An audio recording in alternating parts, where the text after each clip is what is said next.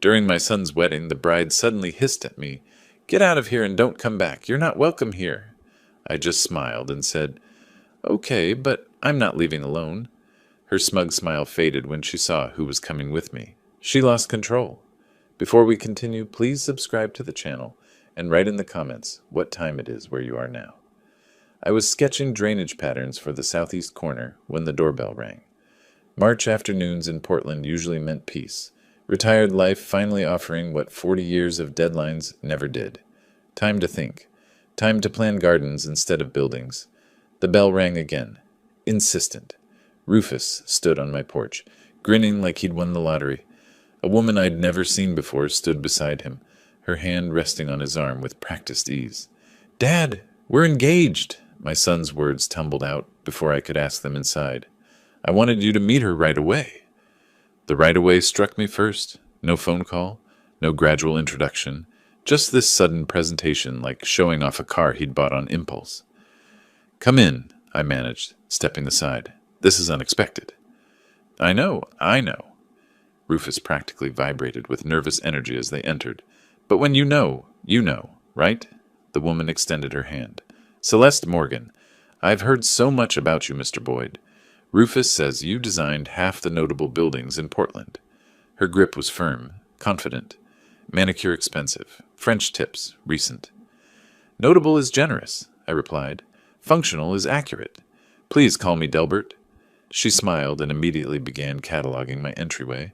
Her eyes swept across the original crown molding, paused on the walnut banister, calculated dimensions with what looked like professional assessment.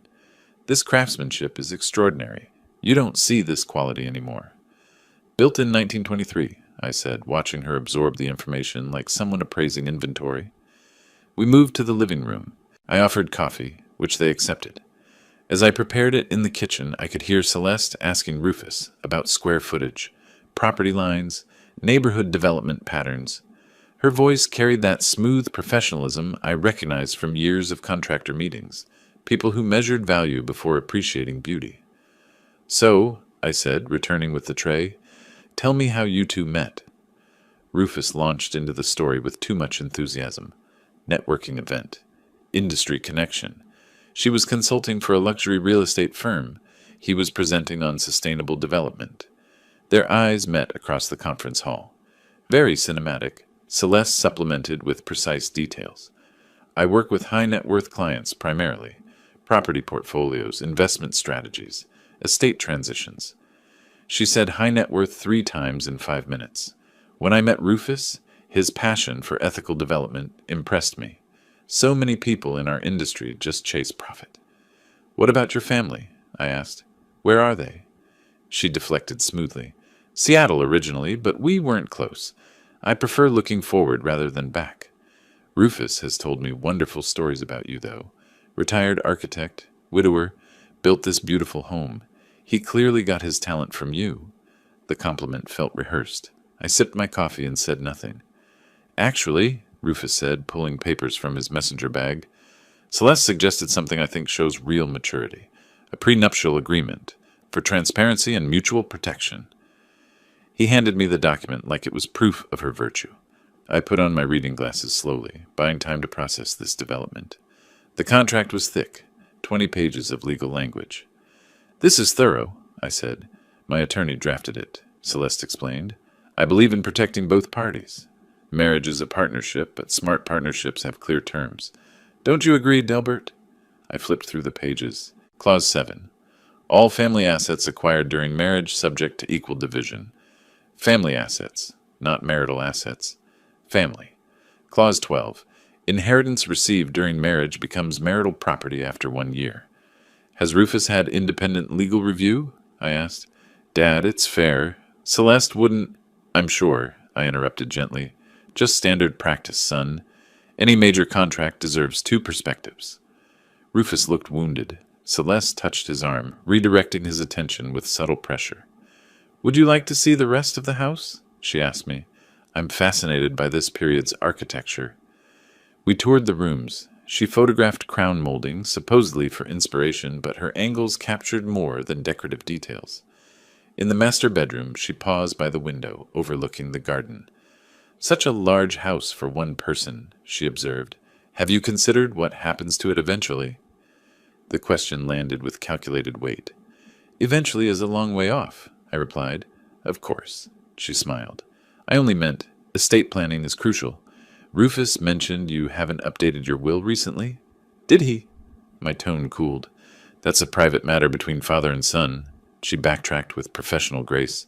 Families should discuss these things openly. Prevents misunderstandings later. I prefer preventing misunderstandings now. Back downstairs, Rufus checked his watch. We should go. Reservation at 6. At the door, Celeste hugged me with calculated warmth. I'll take good care of him, she whispered against my shoulder, and I'm so glad we'll be family. The emphasis on family sounded possessive. After they drove away, I stood in the doorway holding the prenup. Small details accumulated in my mind like structural defects during inspection. The diamond bracelet she wore, 3 carats minimum, worth more than 6 months of consultant salary. Designer handbag. Knowledge of inheritance law exceeding casual interest. Questions about my will before questions about my favorite foods or hobbies. I walked to my study, spread the contract across my desk, and began making notes. Circled clause 12. Underlined clause 7. In the margin, I wrote one word. Why? The weeks after their visit crawled by with suffocating normalcy. Rufus called regularly, each conversation steering toward wedding plans, venues, guest lists, color schemes. I responded with appropriate enthusiasm, asked appropriate questions, played the role of supportive father.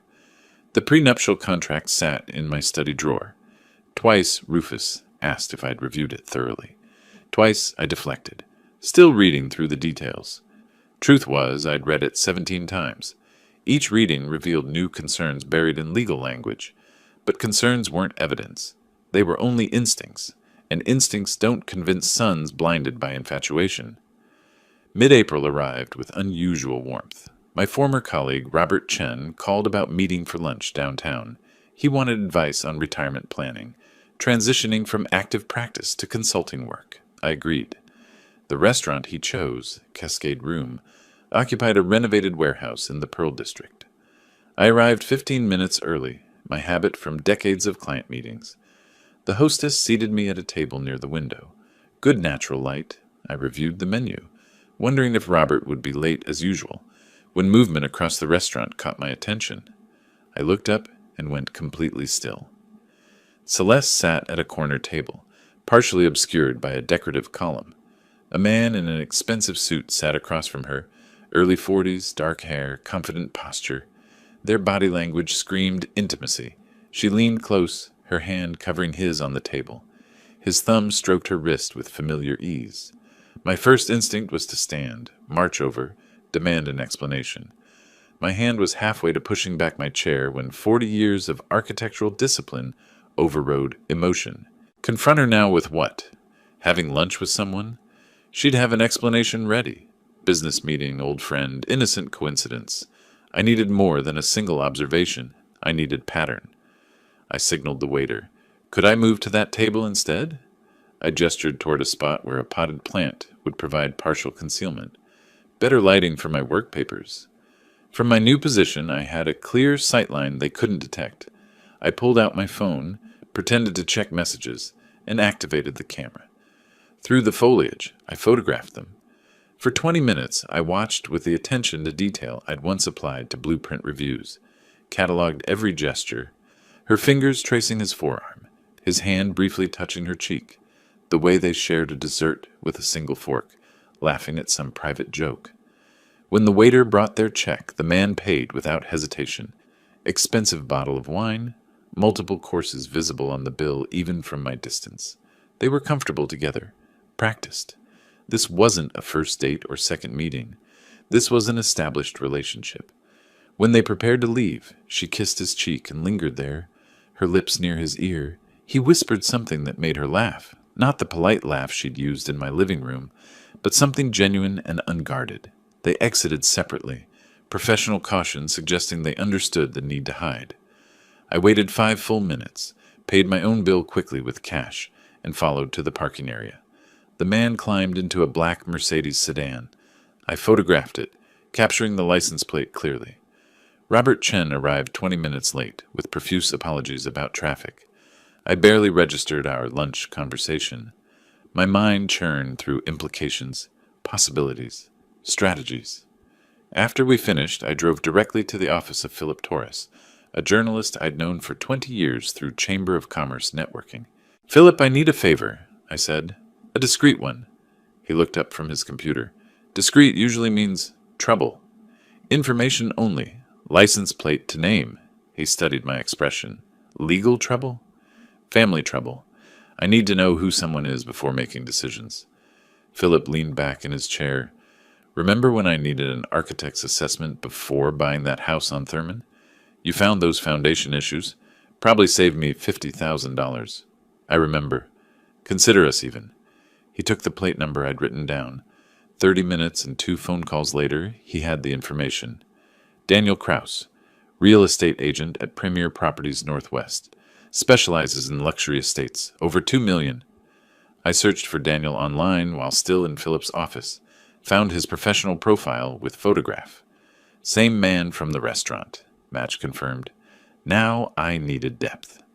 I researched Portland private investigators that evening, selected Marcus Webb based on his specialty. Financial fraud and infidelity cases. His office occupied a modest suite downtown. Webb himself was unremarkable. Mid-40s, average build, forgettable face. Perfect for surveillance work. I explained the situation concisely. My son's fiancée, suspicious prenuptial agreement, intimate lunch with another man. I need her background investigated, particularly romantic history and financial patterns. Webb quoted his rates without emotion. $150 per hour plus expenses. "Whatever it takes," I said. "I want a comprehensive report." He asked one question. "If I find what you're afraid I'll find, what will you do?" I met his eyes steadily. "Protect my son." He nodded and took my retainer check. 2 weeks. I'll be thorough. Those 2 weeks stretched like 2 months. I maintained normal facade with Rufus. Weekly dinners resumed. Wedding planning discussions continued. Celeste joined twice, performing her role perfectly. Affectionate to Rufus, respectful to me, asking my opinion on ceremony details.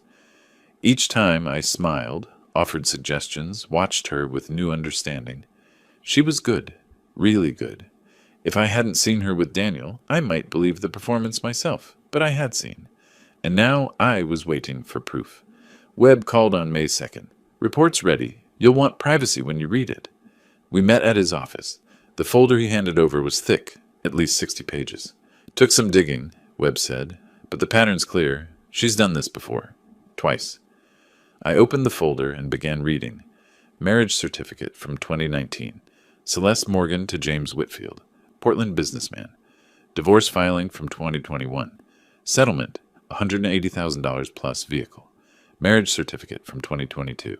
Celeste Morgan to Richard Brennan, Seattle entrepreneur. Divorce filing from 23. Settlement, $225,000 plus property transfer. Photographic surveillance from the past 2 weeks showed Celeste meeting Daniel Kraus 6 times. Hotel receipts, restaurant bills. They'd been involved at least 8 months, longer than she'd been dating Rufus. Webb's handwritten note on the final page. She's getting better at this. I closed the folder and sat in silence, absorbing the complete picture. My son wasn't in love. He was a mark, a target, a transaction she'd been planning since before they'd met. "Recommendation?" Webb asked. "Show him this today." "Not yet," I said slowly. "If I approach this wrong, she'll convince him I'm paranoid. I need better timing, complete strategy. Don't wait too long. Wedding's 4 months away?" I stood, folder in hand. "I won't let it happen. Trust me on that." I left Webb's office carrying a folder that weighed nothing and everything. Downtown Portland traffic blurred past my windshield during the drive home. My mind wasn't processing stoplights or lane changes. It operated on autopilot while conscious thought circled a single question: how to stop this without destroying my relationship with Rufus in the process. At home, I spread Webb's report across the dining table. Marriage certificates, divorce decrees, financial settlements, photographic surveillance. Each document another nail in Celeste's coffin. But hammering those nails required precision. Approach Rufus too early, she'd convince him I was jealous. controlling, unable to release him to independent life. Wait too long, legal protections would activate. Timing was everything. I needed expert guidance, not an investigator's facts, but a lawyer's strategy. The next morning, I researched Portland family law attorneys online, selecting Patricia Reynolds after reading her 23 years specializing in prenuptial disputes and fraud cases. Her office occupied a renovated Victorian in Nob Hill. I called at 9 sharp, explained briefly that I needed consultation regarding a fraudulent prenuptial agreement. She had an opening at 11. Reynolds herself was a sharp-featured woman in her 50s with a direct manner suggesting no tolerance for wasted time. I presented the situation concisely, showed her Webb's report. She studied the documents with professional intensity, occasionally making notes in precise handwriting. After 20 minutes, she looked up. Oregon's Uniform Premarital Agreement Act allows voiding contracts obtained through fraud, duress, or failure to disclose. Your challenge is proving fraudulent. Intent existed before contract signing. She explained the burden of proof, pattern of behavior, financial motivation, concealment of material facts. The previous marriages help establish pattern. Her relationship with this Daniel person demonstrates ongoing deception, but you'll need testimony from prior husbands, victims willing to state she employed identical tactics. Reynolds quoted her retainer fee, $5,000 for comprehensive case preparation. I wrote the check immediately. Document everything from this point forward, she advised. Record conversations if Oregon's one-party consent law allows.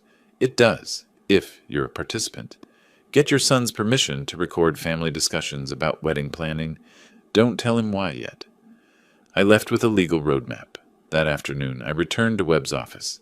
I need you to find her previous husbands. Both of them. I need to know if they'll talk, if they'll testify if necessary. Webb pulled out notes from his report. Kevin Morgan, first husband, lives in Seattle. Tech consultant, divorced her 3 years ago. Second husband, James Pritchard, moved to San Francisco after their divorce 2 years back. He's harder to locate. Changed jobs, possibly changed his name to escape association with the divorce. I authorized additional investigation expenses without hesitation, whatever it costs. These men are key to establishing pattern. My attorney says their testimony could void the prenuptial contract entirely. Webb accepted the assignment with a warning.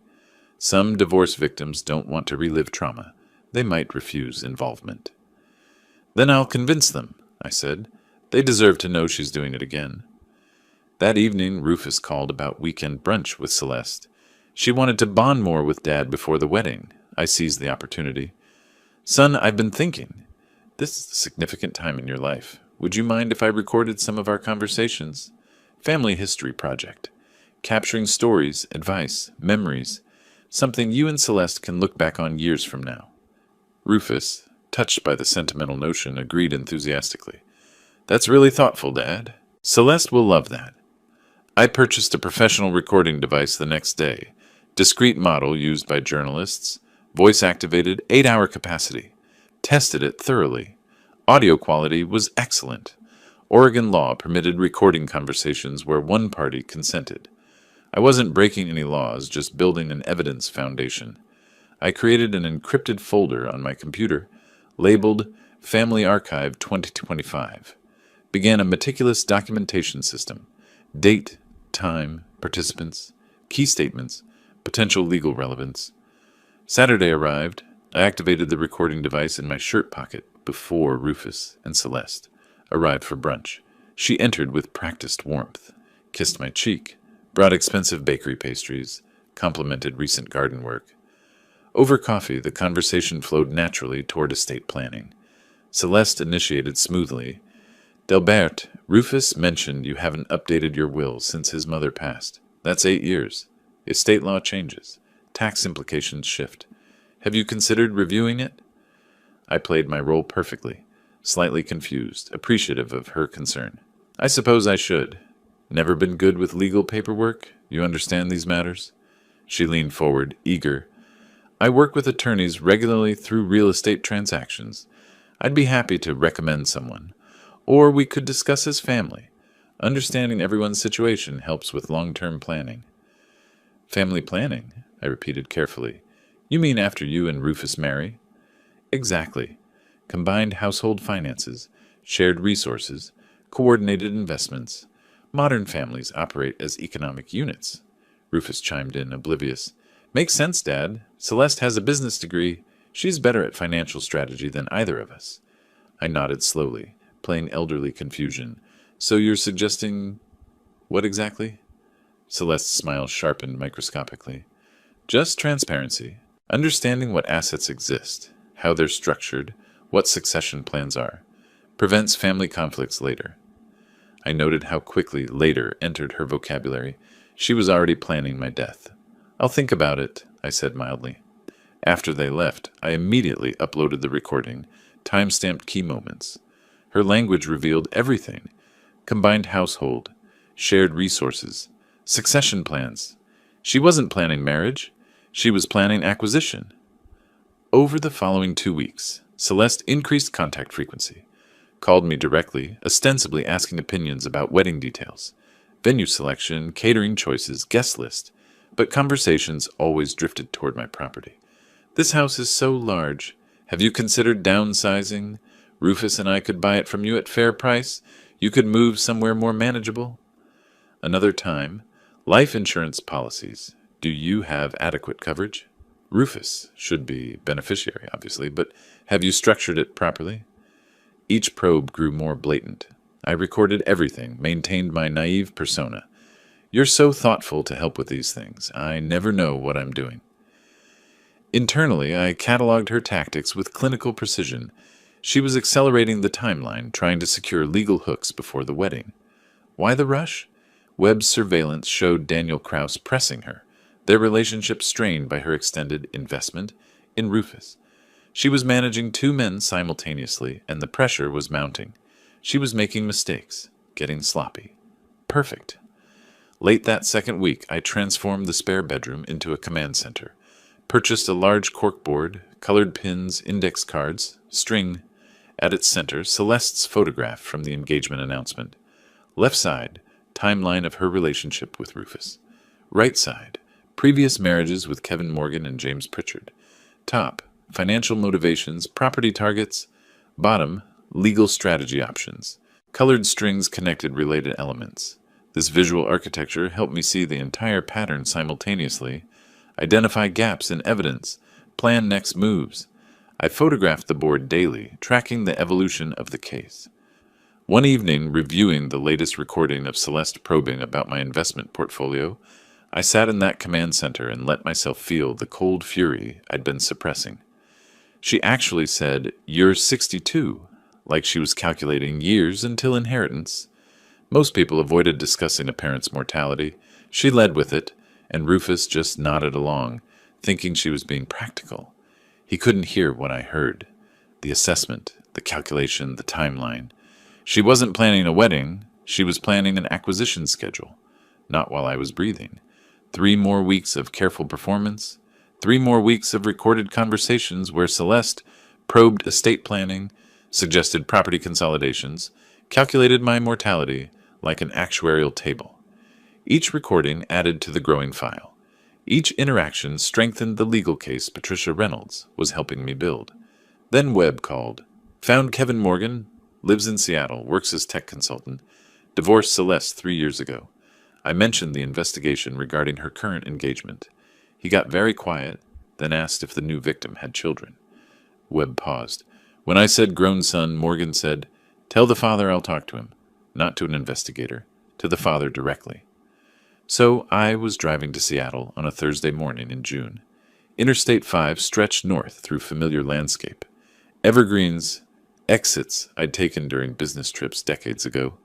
Beside me on the passenger seat, folder containing Webb's report, photographs of Celeste with Daniel, documented timeline of her manipulation, evidence to share, credibility to establish. The CAF? Kevin Cho's was in Capitol Hill, quiet neighborhood spot with good coffee and corner booths.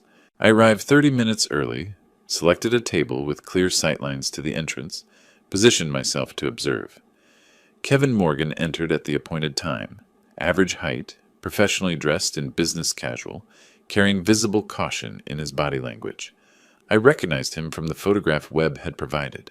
Stood, extended my hand. Mr. Morgan, I'm Delbert Boyd.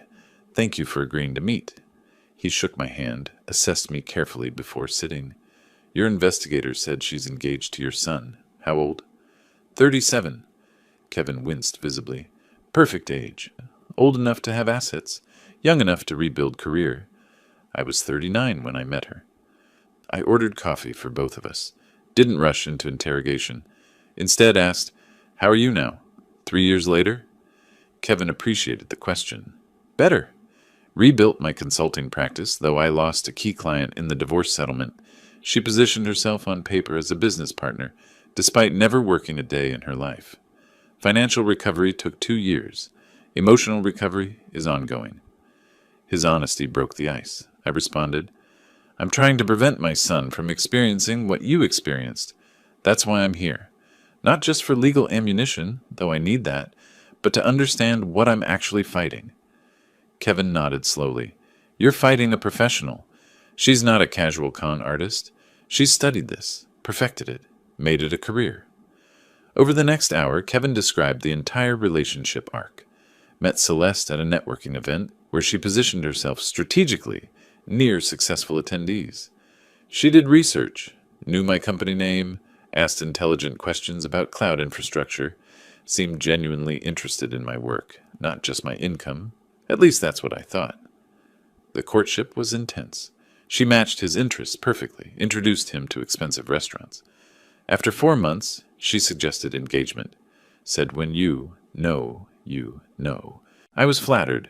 Previous relationships had been cautious, distant. Her certainty felt like validation. The prenuptial contract came with explanation. She said she'd been hurt before, needed legal clarity, wanted to protect both of us. The contract looked balanced. Equal division of assets acquired during marriage. I didn't understand the clause language. Family assets acquired during marriage actually meant anything either of us inherited or received from relatives became marital property. His father died 8 months into the marriage, left him $150,000 and a vintage car collection. According to the prenup, that became a marital asset. The marriage lasted 18 months. She changed after the wedding, distant, critical, increasingly demanding. Started an affair with a real estate investor. I found hotel receipts. When I confronted her, she filed for divorce immediately. Her attorney was aggressive. Mine was outmatched. Settlement cost him $180,000, the car collection, and 30% stake in his business. Kevin's voice stayed level, but his hands shook slightly, holding the coffee cup. She knew the timing, waited until the inheritance cleared, then pulled the trigger. The whole thing was planned from the beginning. I shared my own folder, Webb's investigation, recorded conversations with Celeste, timeline of manipulation. Kevin reviewed the materials with growing recognition. Same pattern. Exactly. Look at this line. Family resource consolidation. She used those exact words with me. It's scripted. He examined the photograph of Celeste with Daniel Kraus. Different man, same dynamic. She always has a backup plan, someone to fall back on when the mark is exhausted. I asked directly, would you be willing to provide a written statement? Testify if necessary to void her prenuptial contract with my son? Kevin didn't hesitate. Yes. I should have spoken up when the investigator contacted me after she married the second husband. Guilt's been eating at me. If I'd warned him... I interrupted gently. You're warning me now. That's what matters. We drafted the statement together on his laptop. Detailed timeline, specific manipulation tactics, financial outcome, pattern recognition. Kevin signed it, provided contact information. Call me anytime. Whatever you need. She shouldn't be allowed to keep doing this. As our meeting concluded, Kevin offered final insight. Your son won't believe you at first. I wouldn't have believed anyone trying to warn me. She's that good at creating alternative reality. She'll have explanation for everything. The other man is a business associate. Previous marriages ended amicably. Your suspicions are overprotective paranoia. I acknowledge this fear. It's already happening. He's been distant, canceling our weekly dinners, making excuses. She's orchestrating it. Kevin nodded grimly. Textbook strategy. Separate target from support system, especially skeptics. Timing's crucial. You need overwhelming evidence presented at a moment he can't dismiss it, not gradual revelation, single devastating confrontation with irrefutable proof. I absorbed this advice. I'm building toward that. When I show him, it'll be the complete picture, not a fragment he can rationalize away. Kevin stood, shook my hand firmly. Save your son. I wish someone had saved me. I drove back to Portland with Kevin's signed statement secured in the folder beside me. I felt a shift in momentum. The pattern now had human testimony. The abstract became concrete. But as I crossed back into Oregon, my phone buzzed with a text from Rufus. Dad, sorry to cancel Sunday dinner again. Wedding planning is crazy busy. Celeste says we need to finalize the venue this weekend. Rain check? It was the third cancellation in 4 weeks. I recognized the strategy Kevin had warned about. Isolation by increments. Each excuse reasonable. Cumulative effect, separating target from protection. I responded simply, Of course, son. Let me know when you're free. But driving through late afternoon traffic, I calculated, the wedding was 10 weeks away. Celeste was accelerating her timeline, consolidating control over Rufus. My evidence gathering was thorough, but time-consuming. The question became, could I build a complete case before the wedding, locked Rufus into a legal trap? Mathematical problem. Architect's challenge. The answer needed to be yes. Kevin Morgan's signed statement joined the growing evidence file. I added it to the command center board, connecting his testimony to Celeste's current manipulation tactics with red string. The pattern was undeniable now, a professional operation refined over multiple victims. But collecting evidence and reaching my son were different challenges. The Sunday after the Seattle trip, Rufus called. Dad, can we reschedule dinner? Celeste needs help choosing between venues. I agreed. Following Sunday, photographer meeting ran late. Third Sunday. Sorry, Dad. Wedding planning is overwhelming. We'll catch up soon. 3 consecutive cancellations. Our tradition, maintained even during his college years abroad, now abandoned. Celeste was executing exactly what Kevin had warned about. Isolation by increments. By mid-July, I understood. She'd sensed something. My performance had slipped somehow, or her instincts detected danger. Either way, she was moving to neutralize me. Wednesday evening, I was preparing dinner when the phone rang. Rufus's voice carried unfamiliar tension. Dad, we need to talk. Celeste thinks. I've been thinking about our relationship. Warning bells immediately. I kept my voice neutral. What about it? You've been distant lately. When we visit, you ask strange questions. Celeste noticed you're recording conversations. She thinks it's because you don't trust her. My mind raced. How did she know about the recordings? Did Rufus tell her about the family history project? Son, those recordings are for preserving family memories, like I explained. That's what you said, but why do you need to record everything? It feels like surveillance, like you're looking for problems that don't exist. The phrasing, looking for problems that don't exist, was definitely Celeste's language. Rufus continued, Celeste thinks maybe you're having trouble letting me go. She says parents sometimes sabotage their kids' relationships because they fear abandonment. Textbook manipulation. Reframe protective concern as selfish control. I responded carefully. I support your happiness, Rufus. Always have. Then why does Celeste feel unwelcome? Why do you interrogate her about finances and estate planning? I don't interrogate. I engage in conversations she initiates. She says you twist things, make innocent questions seem suspicious. The conversation spiraled.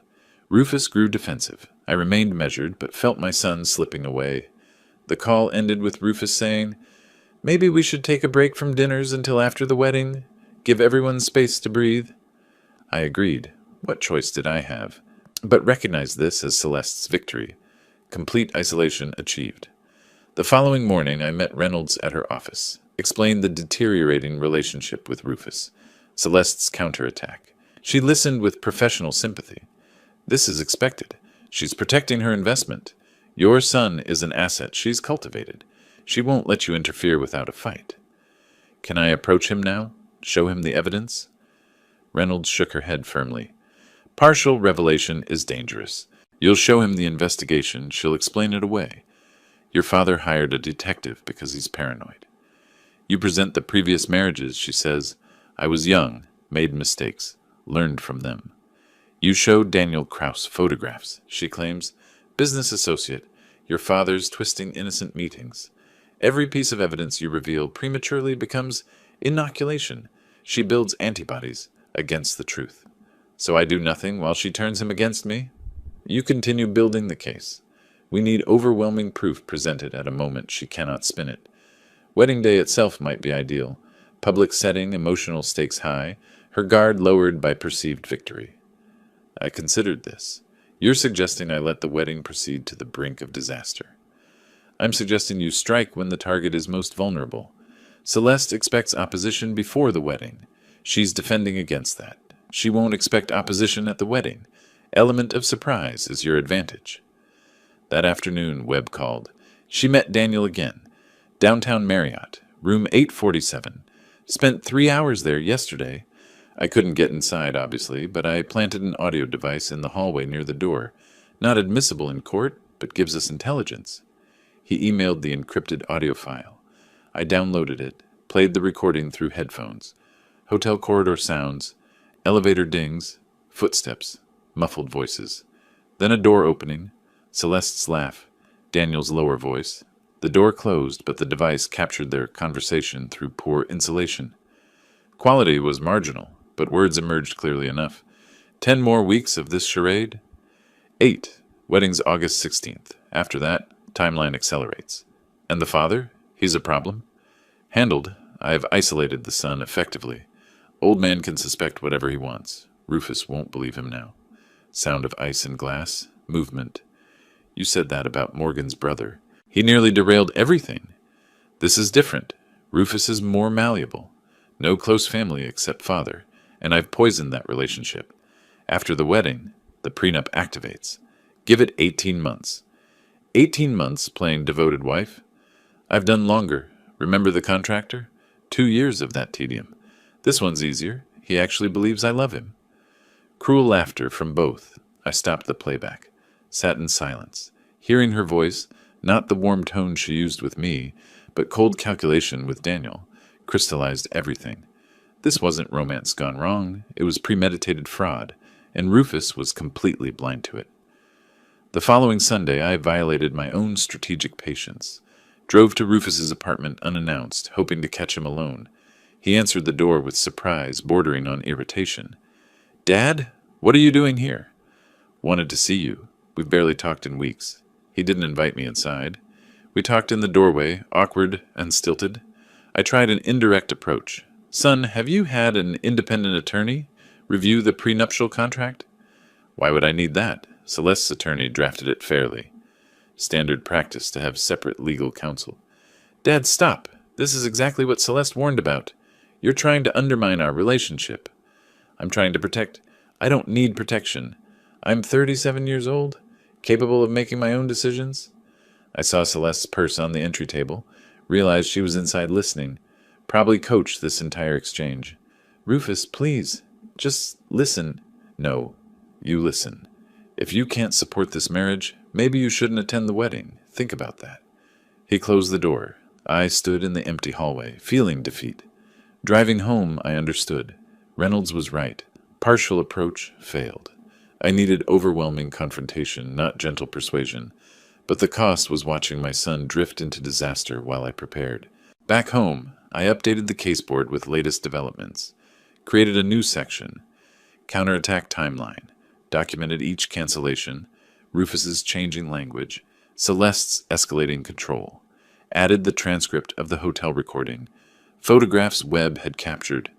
The evidence Webb covered an entire wall now. Financial documents. Surveillance photos. Kevin Morgan's testimony. Recorded conversations. Timeline analysis. Any objective observer would see the clear pattern. But Rufus wasn't an objective observer.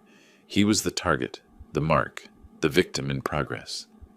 I stood before the board, architect analyzing complex structure. The foundation was solid. Legal framework through Reynolds, victim testimony through Kevin, surveillance evidence through Webb, documented manipulation through recordings. But timing remained the critical variable. Strike too early, the structure collapsed. Wait too long, Rufus was legally trapped. Wedding date, August 16th, loomed like a deadline. 8 weeks away now. I made my decision. Let Celeste think she'd won. Play the defeated father accepting loss. Lower her guard completely. Then at the wedding, when she was most vulnerable, most confident, most exposed, strike decisively. No warning, no mercy, complete revelation. Late July became early August. Weeks of silence from Rufus. No calls, no texts, complete radio silence. I maintained the strategic withdrawal, resisting every urge to reach out.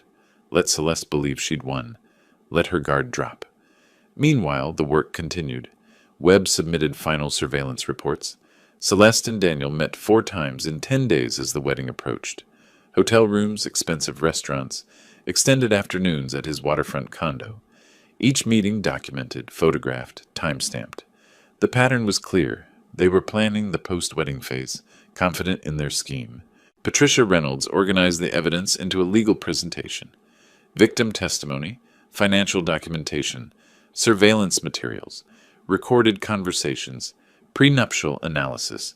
This would convince any judge, she said, but your audience is your son, not a court. Arrange materials for emotional impact, not just legal strength. 2 weeks before the wedding, I was ready. Then the phone rang. It was Wednesday evening, August 6th. I was in the command center arranging evidence packets when Rufus's name appeared on my screen. First call in 3 weeks. Dad. His voice was uncertain, almost sheepish. Hi, son. Silence stretched between us. Then, wedding Saturday. I know we've had distance lately, but you're still my father. I want you there. I was careful. Does Celeste want me there? He trailed off. She thinks maybe it's not a good idea. But it's my wedding too. I'm inviting you. I appreciate that. Of course I'll attend. Really? I thought maybe you'd... I support your happiness, Rufus. Always have. More silence. I sensed he wanted to say more, couldn't quite form the words. Finally, ceremonies at 3 p.m. Brookside Country Club, reception following. You don't have to stay long if it's awkward. I'll stay as long as appropriate, I said, but I need to tell you something important at the wedding. Will you give me a few minutes of your time? Before or after the ceremony? Your choice. Important? Like what? Information you need to have. About your future. Your marriage. His defensive tone returned. If this is more criticism of Celeste, it's information. What you do with it is your choice. Just promise you'll listen. Reluctantly. Fine. After the ceremony. Brief conversation. Thank you. That's all I ask. The call ended. I sat motionless, processing. Rufus, reaching out, despite Celeste's objections, suggested the manipulation wasn't absolute. Some part of him still valued our relationship, still wanted his father's presence. This complicated the emotional calculus. The revelation would devastate him, but the alternative was worse. The first week of August, I transformed months of accumulated materials into strategic presentation. Created 3 identical evidence packets, one for Rufus, one for Reynolds as legal backup, one for my own reference. Each packet organized chronologically. Section 1, Background, Kevin Morgan's written testimony, financial records of previous divorces, pattern analysis. Section 2, Current deception, Webb's surveillance photographs of Celeste with Daniel spanning 3 months, hotel records, timeline showing meetings throughout Rufus's courtship. Section 3, Manipulation evidence, transcripts of recorded conversations highlighting financial probing, estate planning pressure, isolation tactics. Section 4, The Smoking Gun, transcript of the hotel hallway recording where Celeste and Daniel discuss timeline, financial calculations, explicit acknowledgement of the scheme. Section 5, Legal analysis, Reynolds' assessment of the prenuptial contract, fraud indicators, grounds for annulment. Each section marked with color-coded tabs, key passages highlighted. The presentation was a masterwork of architectural organization, logical flow, building evidence systematically, culminating in undeniable conclusion. I sealed the packets in professional folders, labeled them simply, The Truth About Celeste Morgan, stored 2 copies in the safe, kept one accessible for wedding day, also created a digital backup on an encrypted USB drive. If physical materials were somehow compromised, the evidence survived. August 8th, I met Reynolds for what we both understood was the final pre-confrontation session. She reviewed the evidence packets, pronounced them devastating, then addressed practical concerns. Wedding day revelation is high-risk strategy. Rufus will be emotionally vulnerable, potentially defensive. Celeste will try to control the narrative immediately. You need to present everything at once. Give him no time to process through her filter. What's your recommendation? Pull him aside privately after the ceremony if possible. Find a moment when you can speak to him alone with the evidence. She paused. What's your extraction plan? Extraction? After revelation, Rufus will need space away from Celeste to process. She'll try to isolate him immediately. Spin the evidence. You need somewhere he can go. Your house, hotel room, anywhere she can't follow. I hadn't considered this. My house. I'll insist he come home with me to discuss. Reynolds nodded. Good. Have a bag packed for him. Clothes, toiletries, whatever he might need for a few days. Show him you're prepared to support him through the aftermath. August 10th, Webb delivered his concluding investigation materials. Final photographs showed Celeste and Daniel at a waterfront restaurant 3 days prior, their conversation apparently intense.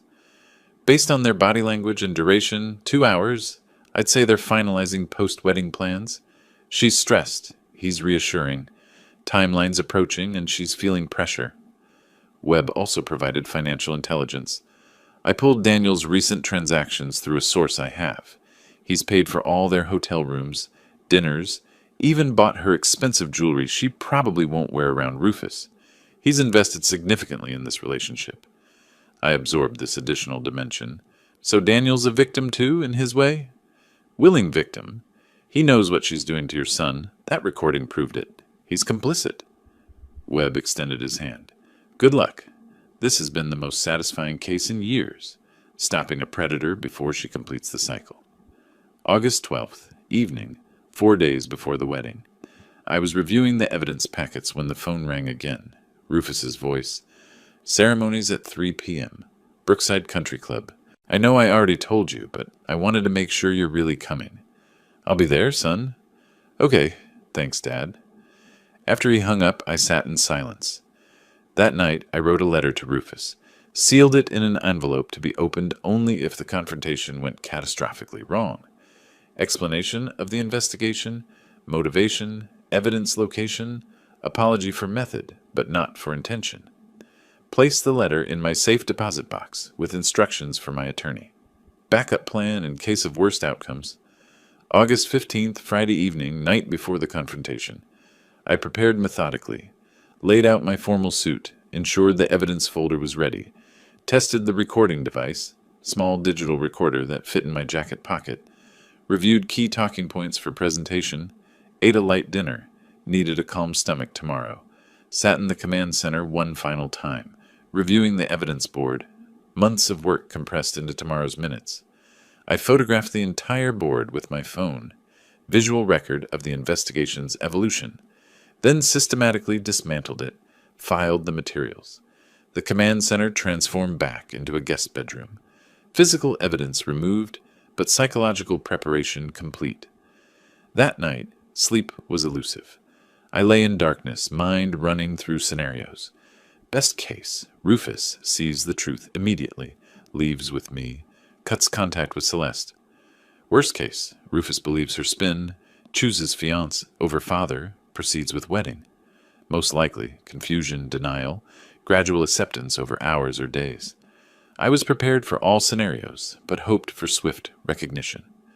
As dawn approached, I finally slept briefly, dreaming of construction sites and buildings collapsing, of foundations that held and those that failed.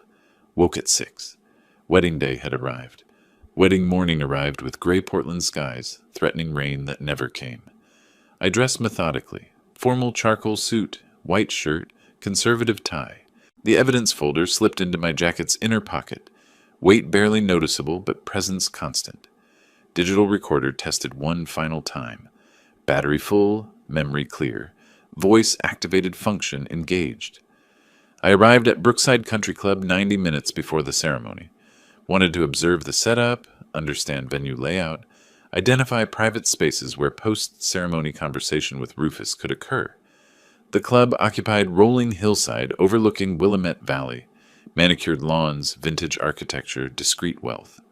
The parking lot was already filling with expensive vehicles. Inside, controlled chaos of final preparations, florists adjusting arrangements, caterers organizing the reception hall, photographer testing lighting angles. I positioned myself strategically for the ceremony. Back row, aisle seat, clear sightline. Guests arrived in waves. Celeste's side filled quickly with well-dressed strangers. Rufus's side remained sparse, evidence of the isolation she'd engineered. I recognized few of his colleagues, no close friends. The wedding party assembled. Then the processional music began. Celeste appeared at the aisle's head, objectively beautiful in an elaborate white gown that probably cost $15,000. She walked toward Rufus with practiced grace, smile radiating confidence. I activated the recording device with a subtle pocket touch. Vows were exchanged. I promised to love, honor, cherish, each word from Celeste's mouth, a documented lie. Rings placed. I now pronounce you husband and wife. Guests applauded. The couple kissed. I watched my son seal a legal trap, knowing I had perhaps 30 minutes to spring him free. The reception began in the adjacent ballroom. Cocktail hour proceeded. Champagne flowing. Appetizers circulating. I maintained a peripheral position, declined alcohol, observed. Celeste remained attached to Rufus's arm, steering conversations, intercepting anyone who approached him independently. Classic control behavior. I tracked the venue layout mentally.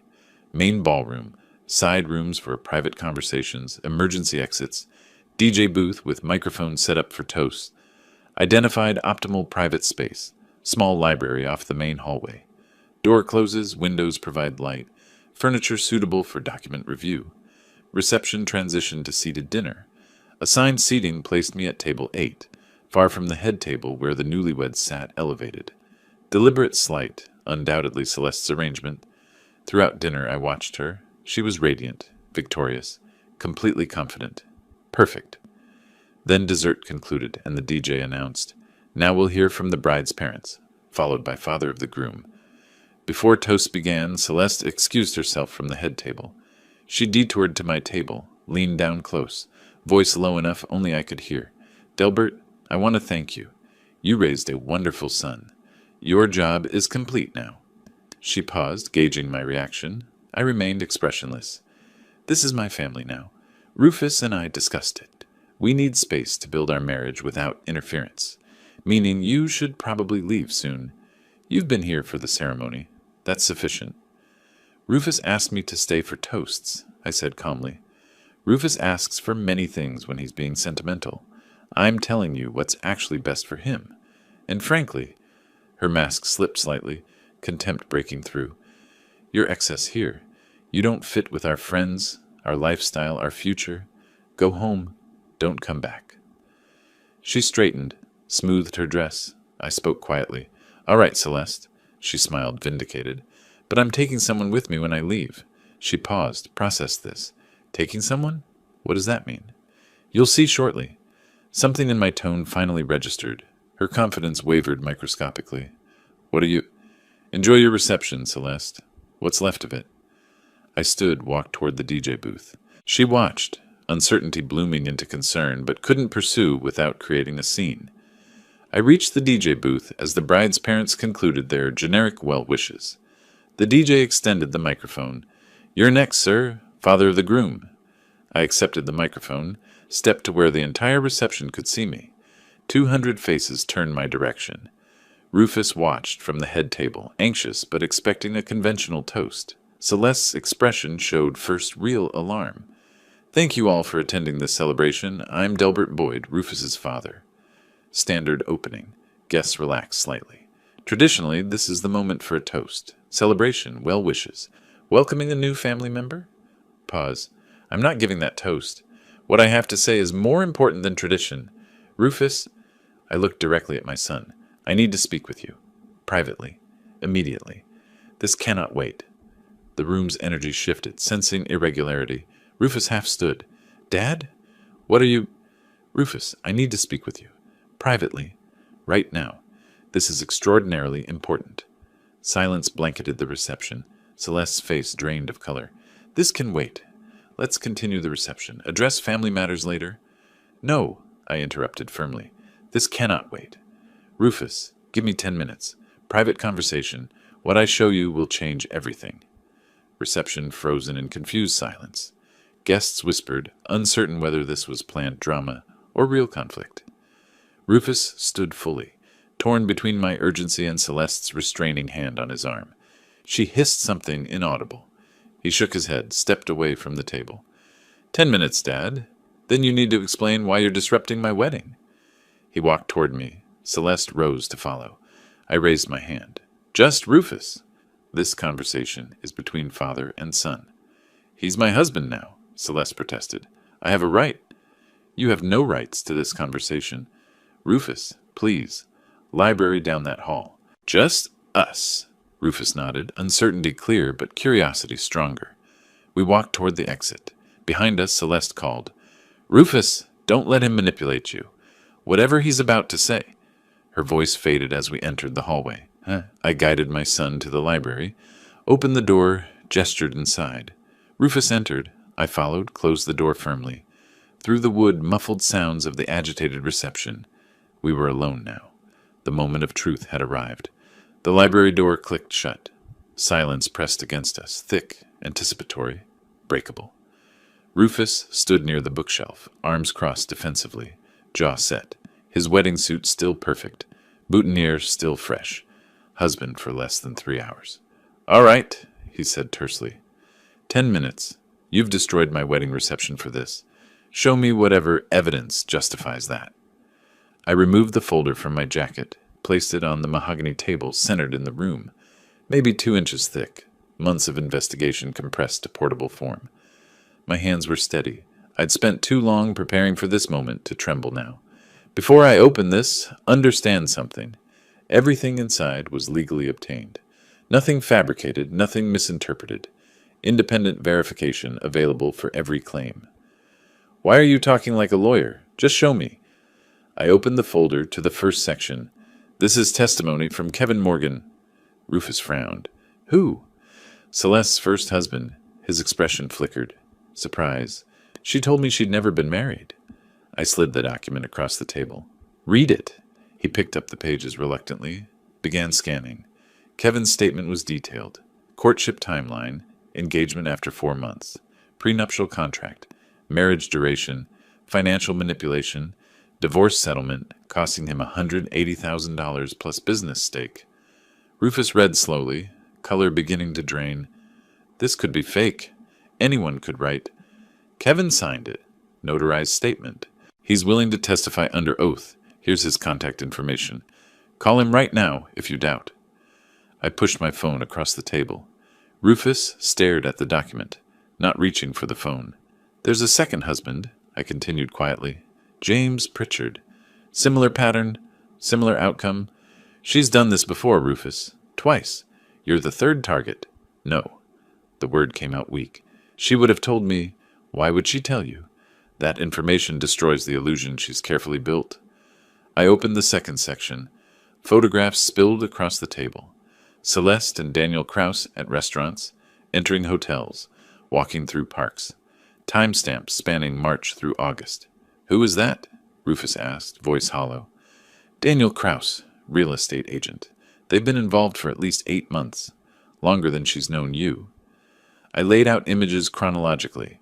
Early March meeting, April hotel visit, May afternoon at his condo, continuing through 2 weeks ago. Every time she claimed late work meeting, client showing, she was with him. Rufus picked up a photograph showing them kissing outside a hotel entrance. His hand trembled. You hired a private investigator to follow my fiancé? I hired an investigator after accidentally seeing them together. Would you have believed me without proof? This doesn't mean maybe it ended before we got serious. It didn't end. Look at the dates. This one, I pointed to a recent photo, was 3 days before your wedding. I opened the third section, financial documents. Look at the divorce settlements. Pattern of timing. Marry quickly, stay 18 months to 2 years, file for divorce once significant assets have been acquired.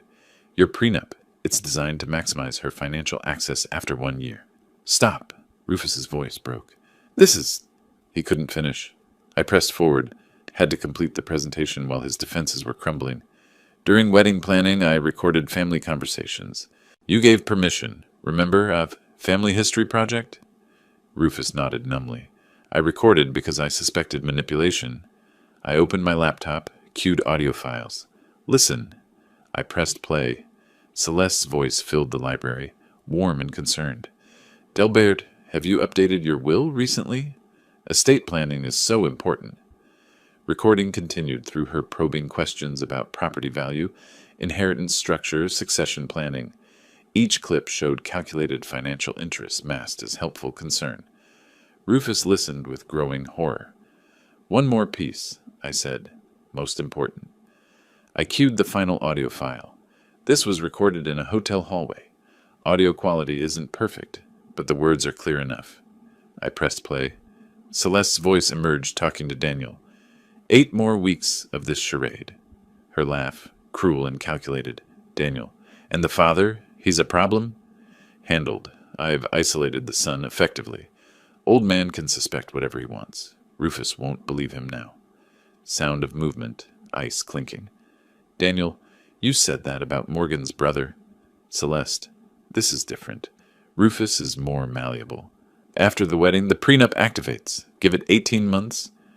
Daniel, 18 months playing devoted wife? Celeste, I've done longer. This one's easier. He actually believes I love him. Their laughter. I stopped the playback. Silence crushed the library. Rufus sat frozen, face completely drained of color. His breathing had gone shallow. For 30 seconds he didn't move. Then, that's her voice. Not a question. Statement. Yes. She called our marriage a charade. Yes. She said I'm malleable, that I believe she loves me. His voice cracked on the final words. I'm sorry, son. He stood abruptly, paced to the window, stared out at manicured grounds where hours ago he'd married the woman whose voice still echoed. He actually believes I love him. The prenuptial contract, I said gently. It's designed to maximize her financial access. If you stay married 12 months, she's entitled to 40% of assets acquired during marriage. Legal trap disguised as mutual protection. Rufus turned from the window. His face had transformed, shock giving way to something colder. She planned this? From the beginning. Researched me, targeted me, performed caring girlfriend, manipulated me away from you, married me, all for money.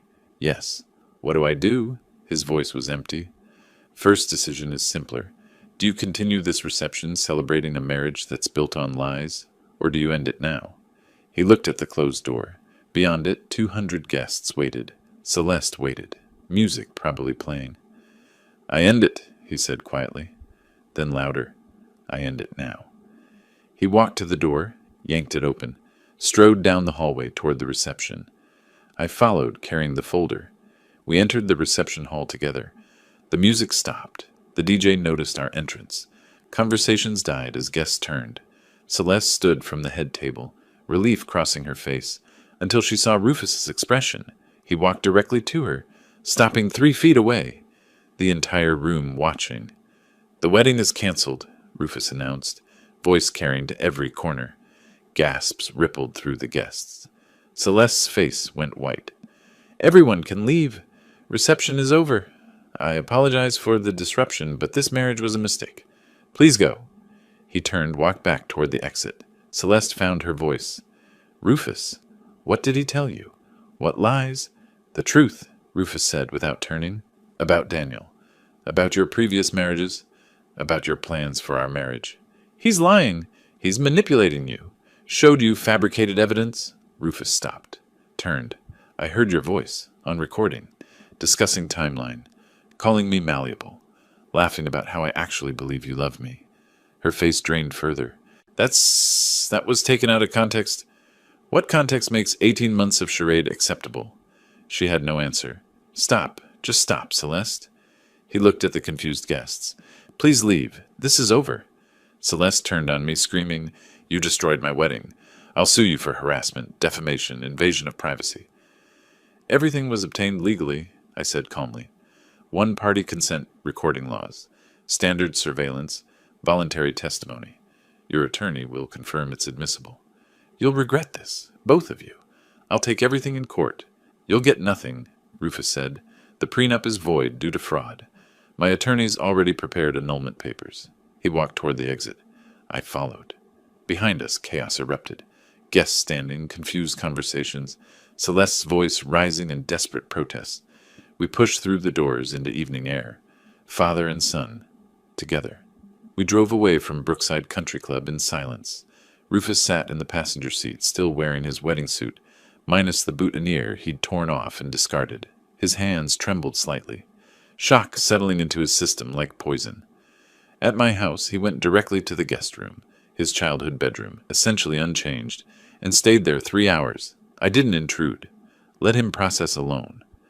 When he emerged, his face was blotchy from crying, but his voice was steady. Tell me what happens next legally.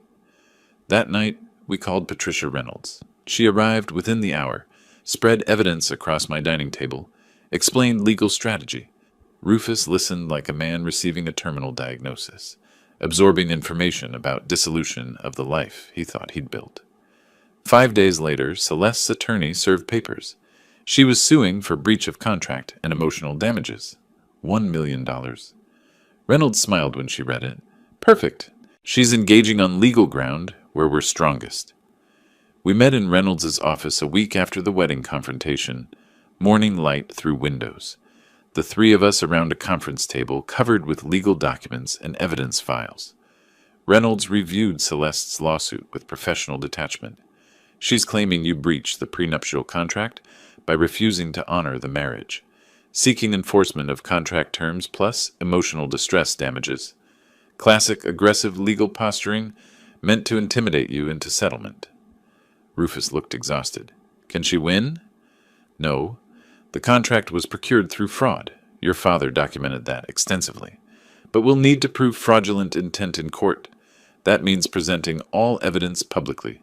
Kevin Morgan's testimony, surveillance materials, recordings, financial analysis. She paused, assessing Rufus carefully. This will be painful. Your private humiliation becomes public record. Celeste's attorneys will argue you were a willing participant who changed his mind after the wedding. They'll paint you as vindictive. Let them, I said, because we have her voice on recording, calling the marriage a charade, discussing an 18-month timeline, laughing about his belief in her love. We have 2 previous victims with identical patterns. Reynolds organized papers into presentation folders. The hearing is scheduled 2 weeks out.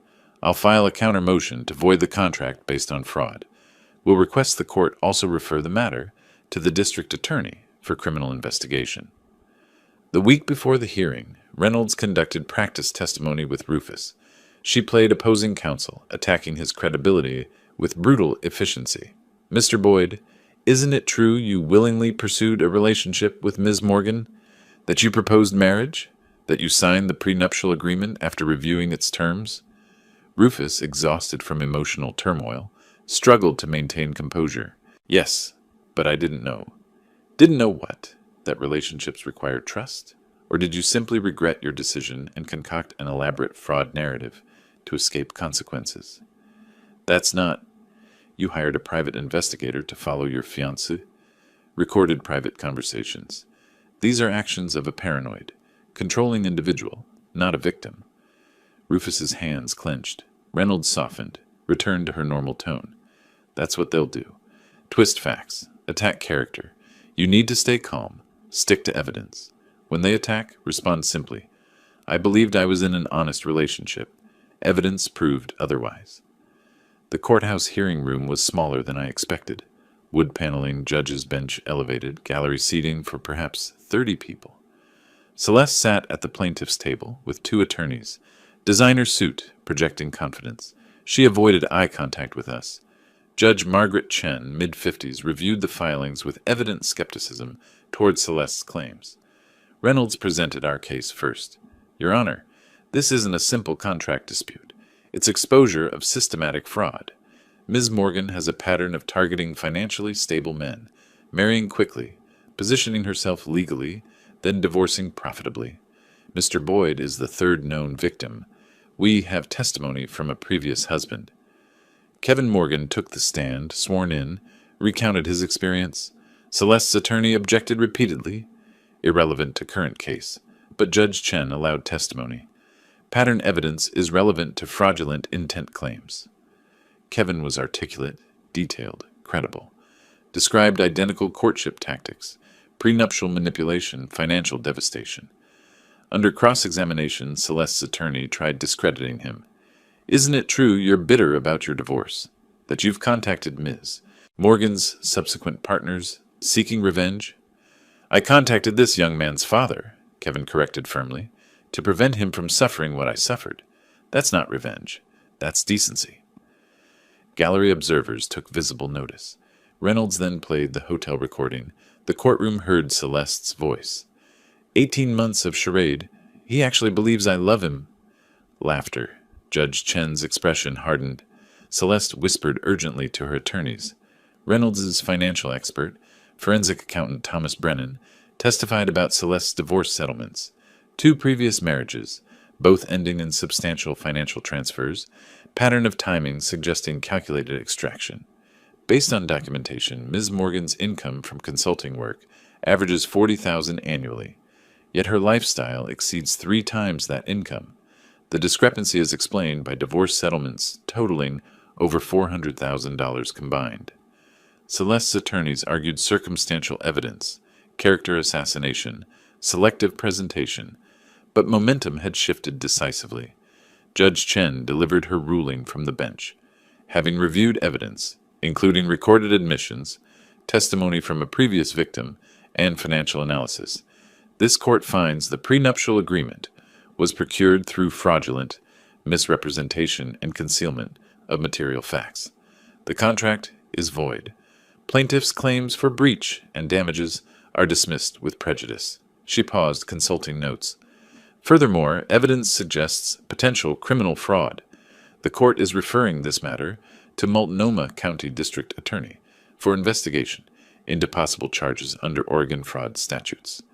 Ms. Morgan, you should consult with criminal defense attorney.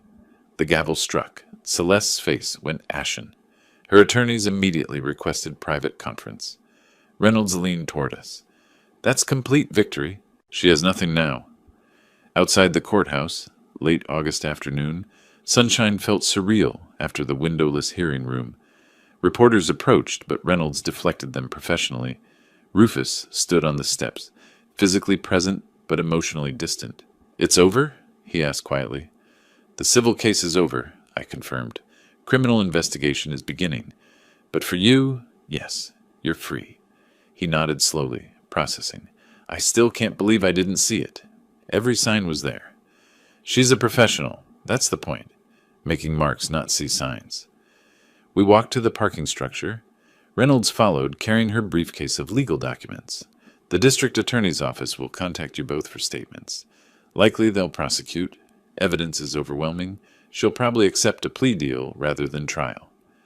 As we reached my car, my phone buzzed. Text from Webb.